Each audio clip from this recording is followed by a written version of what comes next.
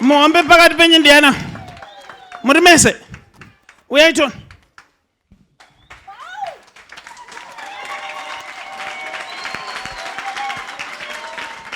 Mauya nani? Daddy. Baba ngawe, enda kumbele.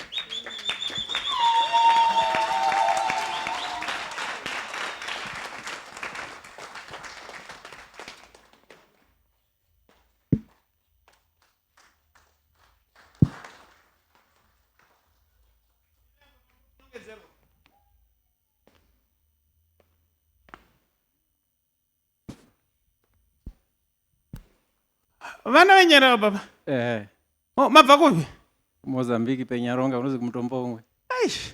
Mozambique varore maoko. I love Mozambique. I love it. Papa. Baba. Ko anonzi Carlos ndiani? Yeah, Carlos. Yes. Is it Tatenda? Is it Tendai? Tatenda. Tatenda. Ndini Prophet Tatenda ndini. Now ndaoneswa vana venyu chekutanga chandoda kuti ndigadzirise inyaya kuti ndiri kuoneswa paine rufu rwakaitika mumhuri menyu. Ichokwadi baba. Anonzi Arthur ndiani? Ndiye wakashaika voshaika une 2 weeks ashaika. Now 2 weeks ashaika. Ndiri kuoneswa ine Arthur akangorwara kungova diki. Ichokwadi baba. Hazvina kumboendeka kumbotora nguva. Amen, ichokwadi baba. Ende vanhu vanongoti vakarwara mumusha votofa. Ichokwadi baba. Izvo zvimafamba maneta asi hapana chinombuda. Hapana bata. Munoenda kunoshandirwa imi. Kunoprofitwa. Tashupika baba ichokwadi. Zvinokuwa munoenda munonobvisa mari kakochibvisayo kamundipendi idye pano. Nai ndo vamwe ndo vekudya chete. Ndakanombodyawo. Nandi ndakanganisa here? Ndakada mari ndakanganisa here? Hapana asingade mari. But zvanhasi regai ndikubatsirei nokuti Mwari akanyanya kutarisa dambudziko renyu nokuti riri kunzi riperere pano nezita raJesu. Amen baba. Amen, amen prophet. Amen. Amen prophet. Now andizive kuti kwedu kunoko kune anonzi mashurugwi anonyanyoshandisa mabhemba.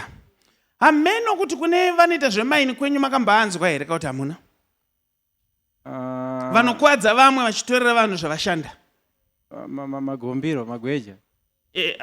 Amene ikoko. Anadazari magombiro. Ndizvo.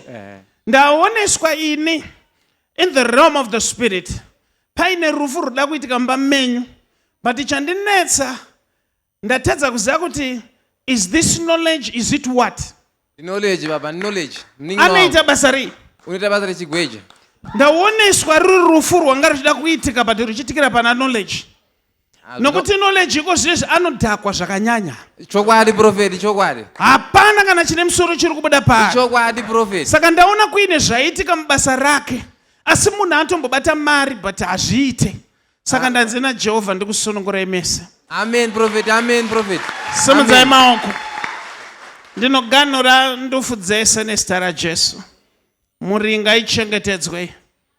In Jesus' wonderful name I have prayed. Amen. Ndemnogara enyu pasi.